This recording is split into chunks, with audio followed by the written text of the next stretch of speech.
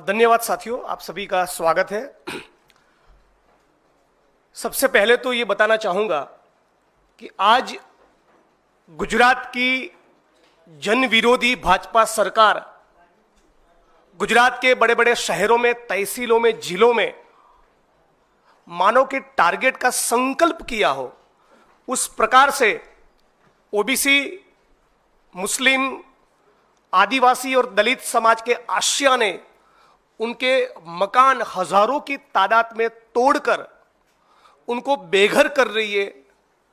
उस परिस्थिति में दूसरी तरफ मैं ढेरों शुभकामनाएं और ढेरों बधाई देना चाहूंगा। कर्नाटका कांग्रेस को हाल अभी अनाउंसमेंट हुआ है कि कर्नाटका में कांग्रेस की सरकार 1,11,000 परिवारों को रहने के लिए आवास की पट्टे का अभी अनाउंसमेंट हुआ है। तो कर्नाटका की कांग्रेस को मैं बधाई दूंगा। आज कर्नाटका की हमारी सरकार को 2 साल हो रहे। आज गुजरात से चलकर मेरे साथ सेवा दल के राष्ट्रीय अध्यक्ष साथी लालजी भाई देसाई और हम दोनों कुछ दिन पहले गुजरात के लीडिंग गुजराती न्यूज़पेपर गुजरात समाचार पे जिस प्रकार से हमला हुआ, जिस प्रकार से गुजरात समाचार के मैनेजिंग एडिटर बाहुबली शाह की गिरफ्तारी ईडी के द्वारा हुई, उस मुद्दे पर कुछ बात करने के लिए हम आपके सामने पेश हुए हैं। आज पहलगाम हमले के कारण जिस प्रकार की तंगदिली, जिस प्रकार का माहौल आज पूरे मुल्क में है, आज पूरा भारत, पूरा देश यह देखना चाहता है कि कब मोदी जी की यह सरकार आतंकवादियों की गिरफ्तारी करे। पहलगाम की वारदात के लिए जो भी आतंकवादी रिस्पॉन्सिबल उनकी गिरफ्तारी कब होगी, कब उनको पकड़ा जाएगा। वो पाकिस्तान वापस चले गए या हिंदुस्तान की सरजमी पर है, कहां पर है? इस बात का मोदी की सरकार के पास, भाजपा वालों के पास कोई जवाब नहीं है। इनको गिरफ्तार करने के बजाय इस मुद्दे पर सवाल उठाने वाले गुजरात के लीडिंग न्यूज़पेपर गुजरात समाचार, जिनकी 90 साल की विरासत है, उनके मालिक को, उनके मैनेजिंग एडिटर को टारगेट करना, वो अपने आप में भाजपा सरकार के रवैये के लिए बहुत कुछ कहते हैं। वो साफ तौर पे दिखा रहे हैं कि पहलगाम के जो कसूरवार है, पहलगाम के लिए जो लोग रिस्पॉन्सिबल है, उन टेररिस्टों को पकड़कर उनके खिलाफ पुख्ता कार्रवाई करनी, वो इस सरकार की प्राथमिकता नहीं है। उनकी प्राथमिकता यह है कि गुजरात समाचार जैसे अखबार जो लगातार पिछले 25 सालों से सत्ता को, आरएसएस को, भाजपा को, अमित शाह को, मोदी को लगातार कंसिस्टेंटली जो सवाल पूछ रहे, उनकी आवाज को कैसे बंद किया जाए। हम लोग गुजरात प्रदेश कांग्रेस समिति की ओर से, एआईसीसी की ओर से इस घटना की निंदा करते हैं, मांग करते हैं कि गुजरात की सरकार अपनी पोजीशन को स्पष्ट करे कि क्या वो कारण है कि अचानक एक दिन इतने 25 साल पुराने मामले में आपको बाहुबली शाह जी की गिरफ्तारी करनी पड़ी। कौन है जो इन बाहुबली से गुजरात में डर रहा है? क्या सवाल पूछने पे पत्रकारों को और भी गुजरात में टारगेट किया जाएगा? कुछ साल पहले प्रशांत दयाल नाम के वहां के सीनियर जर्नलिस्ट को सेडिशन के चार्जेस में उनके खिलाफ मुकदमे दर्ज किए गए। विजय रूपानी की सरकार जा रही है, ऐसा एक एजम्पशन करने पर धवल पटेल नाम के पत्रकार को राष्ट्रद्रोह का आरोपी बनाया। पिछले कुछ दिनों हमने हम सभी ने देखा, न्यूज क्लिक हो, न्यूज लॉन्ड्री हो, बीबीसी हो, दैनिक भास्कर हो, एनडीटीवी हो, बहुत से मीडिया आउटलेट्स के ऊपर मोदी की सरकार ने बार बार हमला बोला है।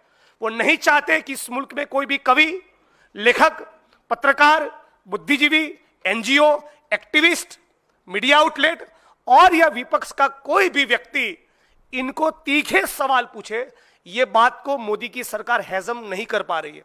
अभी हाल ही में मुझे किसी ने बताया कि गुजरात समाचार के खिलाफ इस बात तक का भी गुस्सा है कि पहलगाम के मुद्दे पर वो बार बार मोदी जी की सरकार को एक्सपोज कर रहे थे। 90 साल से उनका एक लंबा इतिहास रहा है। और मैं कहना चाहूंगा, इस गुजरात समाचार अखबार ने मेरे खिलाफ भी लिखा है। कांग्रेस की नीतियों के खिलाफ भी लिखा है।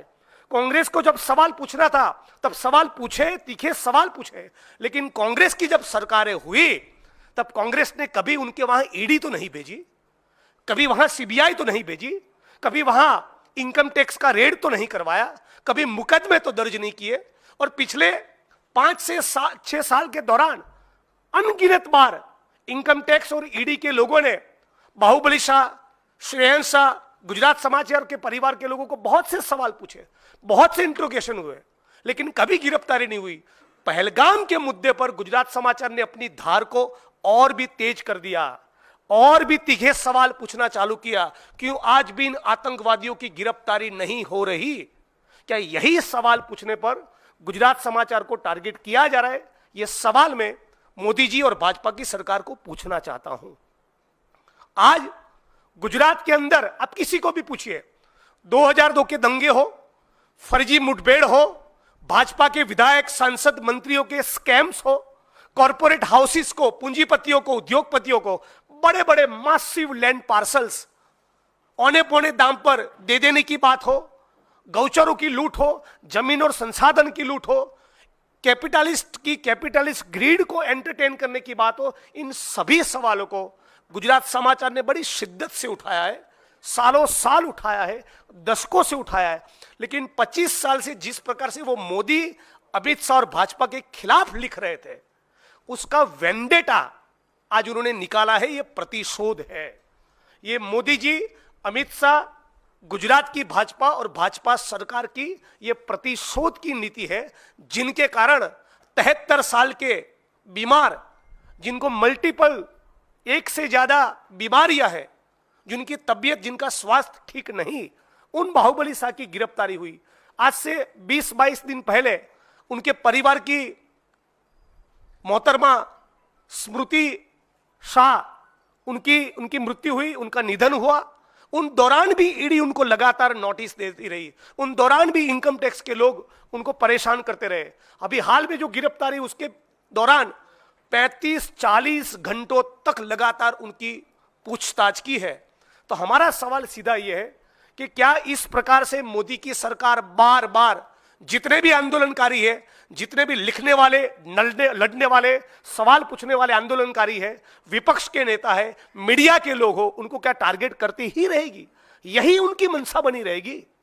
या इस देश की जनता के सामने मोदी सरकार बताएगी कि वो आज आतंकवादी कहां पर है, क्यों उनकी गिरफ्तारी नहीं हो रही? क्या मोदी की सरकार, भाजपा की सरकार पार्लियामेंट का स्पेशल सेशन बुलाकर दूध का दूध और पानी का पानी करना चाहेगी? क्या बताना चाहेगी कि पुलवामा क्यों हुआ, मोदी और अमित शाह के रहते हुए पुलवामा क्यों हुआ? यह सवाल गुजरात समाचार पूछ रहा था। यदि मैं गलत नहीं तो पुलवामा के वक्त गुजरात समाचार का एक हेडलाइन था, 56 इंच की कायरता। इस हेडलाइन से मोदी जी को, अमित शाह को और भाजपा को बड़ी तकलीफ हुई थी।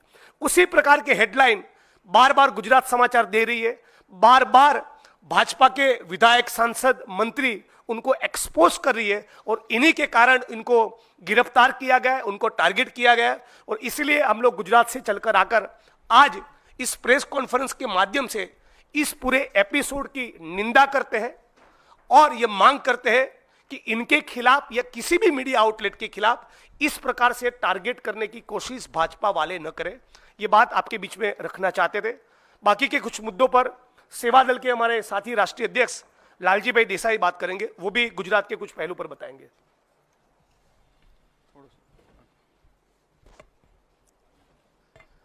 नमस्कार साथियों, भाई जिग्नेश ने गुजरात के वर्तमान परिस्थिति के बारे में पूरी बात को रखा। सबसे पहले तो सवाल ये होता है कि ये बात करते थे टेररिस्ट को पकड़ने की और जर्नलिस्ट को पकड़ने लगे हैं। ख़त्म करना था टेररिज्म और अब ख़त्म कर रहे हैं जर्नलिज्म। ये देश का एक ऐसी आवाज़ कि जब कोई भी पार्टी हो, राजनीतिक पार्टी हो, हमारे देश के अर्थ सत्ता यानी कि बाजार की सत्ता हो, समाज की, धर्म की या राज्य की सत्ता, जब वो अपने सत्ता के नशे में चकनाचूर हो जाए तो उसको सवाल पूछने का और समाज का आईने के रूप में अगर कोई खड़ा होता है तो वो हमारा मीडिया है। हम उस मीडिया की ताकत को इस देश में खत्म कर कर जनता की दबी हुई आवाज को कुचलने का एक जो प्रयास आज हमारे देश में हो रहा है, जो प्रयोग हो रहा है, उसके खिलाफ आज हम यहां पर अपनी आवाज और कांग्रेस पार्टी की ओर से रखना चाहते हैं। कभी कुणाल कामरा एक गीत के माध्यम से आवाज अपनी रखता है, कहीं नेहा सिंह रखती है बात को, या कहीं गौरी लंकेश कहीं बात रखते हैं, तो हर जगह पे आप देखिए हो क्या रहा है। या जैसे गौरी लंकेश का मर्डर होना, वो उस बात का मैसेजिंग था कि आप आवाज उठाओगे तो मारे जाओगे, आप आवाज उठाओगे तो आपको बेघर होना पड़ेगा। गुजरात में एक हमारा कलीम करके एक पत्रकार है, उसने आवाज उठाई तो उसके ऊपर केस हो गया। जिग्नेश ने जब आवाज उठाई मीडिया के माध्यम से, सोशल मीडिया के माध्यम से, तो आसाम में उसके पर एफआईआर हो जाती है। हमारा हर व्यक्ति, जैसे गुजरात समाचार, मैं आज इसकी बात यहां करना चाहता हूं, भाई जिग्नेश ने भी कहा कि कई बार कांग्रेस के खिलाफ भी उन्होंने लिखा है, पर इस प्रकार की बदले की भावना से कांग्रेस ने कभी काम नहीं किया। आप सब जानते हैं कि जिस प्रकार से गुजरात समाचार के 2-2.5 दशक पुराने मनी लॉन्ड्रिंग के केस में, तो भाई आप जब सीएम थे गुजरात के, आप जब गुजरात का पूरा राज्य आपके पास तब भी था, आज भी था, तो ये कैसे हो रहा था? तब आप क्या कर रहे थे? तब आपने नहीं, पर जब आपको लगा कि अब आपके सत्ता को सवाल उठाकर ये पूछ रहे हैं कि पुलवामा हो या पहलगांव हो, हर जगह पे ये आप क्या कर रहे हो? आप वहां पर सामूहिक बलात्कार के घटना के बिल्किस बानो वाले केस में जो दोषी, जिसको कोर्ट ने माना था, वो दोषियों को जमानत मिलने पर या उनको सरकारी मदद से रिहा करवाकर आप उनका जो स्वागत का ढिंढोरा पीट रहे हो, और उसके खिलाफ जब कोई आवाज उठाएगा तो उस आवाज को आप कुचल दोगे। गुजरात में हो क्या रहा है? 45% बच्चे कुपोषित है, उसकी आवाज उठाओगे? या जिनके घर गिर रहे हैं उनके बारे में आवाज उठाओगे? या किसानों की जमीन के बारे में आवाज उठाओगे? तो आपको देशद्रोही के नाम पर आप पर एफआईआर होगी और आपको तुरंत ही वो लड़ाई लड़ना मुश्किल होगा। गुजरात एक ऐसा राज्य है जहां पे 365 दिन 144 लगी रहती है, जो पुरानी जो 144 धारा हम लोग कहते थे, ताकि आप कोई भी आंदोलन ना कर सको। हर जगह पे जब आंदोलन करना हो तो वो आंदोलन से पहले वहां पर 144 लगी हुई है, तो कोई भी आपको परमिशन वहां पर नहीं मिलेगा। ये गुजरात का जो मॉडल जिसके बारे में पूरे देश में मार्केटिंग होता है, वो एक्चुअली गुजरात का मॉडल नहीं है, वो मोदानी मॉडल है। मोदी, अडानी और अंबानी जब मिलकर लूटते हैं तो उसको हम मोदानी मॉडल कहते हैं। और वो मोदानी मॉडल है क्या कि भाई मुंबई का एयरपोर्ट चाहिए तो पहले ईडी का, सीबीआई का, आईटी का, आपके जो साथी संस्थान जिनको आपने अपने पालतू प्रकार के बना दिए हैं, पहले उनको भेजो, दबाव डालेंगे, वो दबाव में आएंगे, वो एयरपोर्ट उनके मित्र का हो जाएगा, वो पोर्ट उनके मित्र का हो जाएगा। गुजरात में कहीं जमीन हथियाना है, वो जामनगर जिले में या कच्छ में, तो बाकी लोगों को दबाओ, कुचलो अपने आप। आपने फिर थोड़े दिन पहले ही देखा होगा, हमारे देश के प्रधानमंत्री है वनतारा करके एक फॉरेस्ट इलाके में गए थे शेरों के साथ, वो बीच में बड़ा ग्लास था, जो ग्लास अनब्रेकेबल ग्लास था, उसके साथ वो शेर से खेल रहे थे। सवाल तो ये होना चाहिए कि इस प्रकार के जो कुदरती व्यवस्था को खत्म करने के खिलाफ एक प्रधानमंत्री को आवाज उठाना चाहिए, वहीं प्रधानमंत्री जाके उसका प्रमोशन कर रहे हैं। ये सबसे बड़ा, ये हमारे लिए चिंता का विषय है। वहां पर एससी, एसटी और ओबीसी के स्टूडेंट्स को पढ़ने से लेकर वहां पे मेरिट में आने का जब होगा, तो ओरल के नाम पर एक पूरी की पूरी साजिश के तहत एससी और एसटी, ओबीसी के लड़का लड़कियों को डीमेरिट कर दिया जाएगा, और उसकी आवाज कोई उठाएगा तो उस पत्रकार के खिलाफ वहां पर जो है वो तुरंत एक्शन होगा, ना कि इस प्रकार का काम करने वाले। तो ये जिसको लोग गुजरात मॉडल के नाम पर बेच रहे हैं, वो एक्चुअली देखा जाए तो एक जातिवादी, एक धर्मांध और बाजार की ताकत को मिलाकर बनी हुई राज्य सत्ता का ये मॉडल है, और एक तरीके से साम्राज्यवादी मॉडल है। और उस साम्राज्यवादी मॉडल के खिलाफ गुजरात समाचार जब आवाज उठाएगा, तो बात कहा इन्होंने, 73 साल की उम्र, बीमार, रात के अंधेरे में क्या किसी का मर्डर किया था? क्या किसी की जमीन को लूट लिया था? क्या किसी के घर पर वहां पे डाका डाला था? बुलडोजर तो आप रात के अंधेरे में भेजते हो और गरीबों के आसियाने गिराते हो, उन पर कोई एक्शन नहीं होता है। आप जब लोगों को उत्थान करके जगह 3-3 दलितों का मर्डर करने वाले को गिरफ्तार नहीं करते हो। आप अपने एमएलए जिसको कोर्ट ने दोषी माना है उसको आप गिरफ्तार नहीं करते हो बलात्कार के केस में। आप अपने मंत्री के बेटे जो हजारों करोड़ का भ्रष्टाचार करते हैं तो वहां पर तो सीबीआई या ईडी वहां पर तो नहीं जाता है। आप अपना सांसद जिसने सबसे ज्यादा खनन माफिया किया वहां पर तो आपका ईडी या सीबीआई नहीं जाता है। तो ये जर्नलिज्म पर आप अटैक क्यों कर रहे हैं, ये सबसे बड़ा आज के गुजरात के मॉडल का सवाल है। मैं मेरी बात को खत्म करते हुए इतना ही कहूंगा कि जिस प्रकार से गुजरात के अंदर मीडिया की आवाज को, एक्टिविज्म की आवाज को और जनता की आवाज को दबाकर आप सबके सामने जो गुजरात मॉडल दिखाया जा रहा है वो मोदानी मॉडल है, वो गांधी और सरदार का गुजरात का मॉडल नहीं है। धन्यवाद साथी।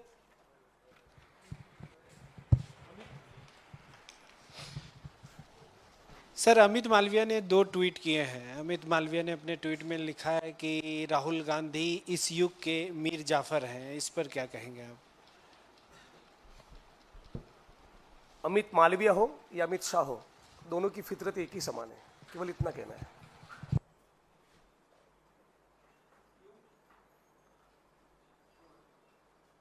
सवाल तो यह है कि आज अमित मालविया को सीरियसली कौन लेता है, क्योंकि उसकी जो हर ट्वीट या हर पोस्ट जो होती है वो हमेशा ही बेसलेस होती है और भड़काने वाली होती है। कभी कभी उसी की पार्टी को माफी मांगना पड़ता है कि सॉरी ये पार्टी का स्टैंड नहीं है। तो ऐसे पूछ रहे हैं कि पाकिस्तान के कितने प्लेन डाउन हुए। राहुल गांधी ये जरूर पूछ रहे हैं कि हमारे कितने प्लेन जो है वो गिराए गए। इस पर क्या कहेंगे? ये हमारे देश के सर्वोच्च जो सेना के साथी लोग जो बैठे थे तीनों, उन्होंने कहा कि वहां पर अटैक करने के बाद कितने मरे वो लाशें गिनने का हमारा काम नहीं है, हमारी सेना भी बोल रही है। तो उनका जो नुकसान हुआ है उसकी चिंता पाकिस्तान को करना चाहिए। हमारे देश के लीडर को हमारे देश की चिंता करनी चाहिए। और मुझे लगता है हमारे देश की चिंता, और खुले तौर पे कहा है कि आइए संसद में चर्चा करिए कि क्या हमने जो हमले किए हमको टेररिज्म खत्म करने के लिए, उसकी वजह से हमने उनका क्या क्या नुकसान किया, कैसे टेररिज्म खत्म होगा, हमारे देश का क्या रणनीति है। तो ये संसद में चर्चा खुले तौर पे करने के लिए आह्वान दिया है। उसके लिए संसद बुलाने की मांग कांग्रेस पार्टी ने भी की है। तो ये मुझे लगता है कि इसके बारे में सोचना चाहिए। और खास करके जयशंकर जी ने, राहुल जी ने जो सवाल पूछा है तो उसका आधा सवाल की जगह पे उसको पूरा, आज तक भारत के इतिहास में कभी ऐसा नहीं हुआ है कि कहीं पर हम अटैक करने वाले हो और अटैक जहां करने वाले हैं उनको पहले से आगाह करके बोले भाई हम अटैक करने वाले हैं, तो क्या हम चेतावनी दे रहे थे खाली कर दो हम आ रहे हैं? क्या हमारे देश की मिलिट्री का, हमारे देश की एयरफोर्स का यह अपमान नहीं है कि हमारे देश के एयरफोर्स अपनी रणनीति के तहत स्ट्रेटेजिक पॉइंट पे जहां अटैक करने वाली हो और वही स्ट्रेटेजी आप उनको 2 दिन पहले बता दो? मुझे लगता है देश के साथ धोखा है।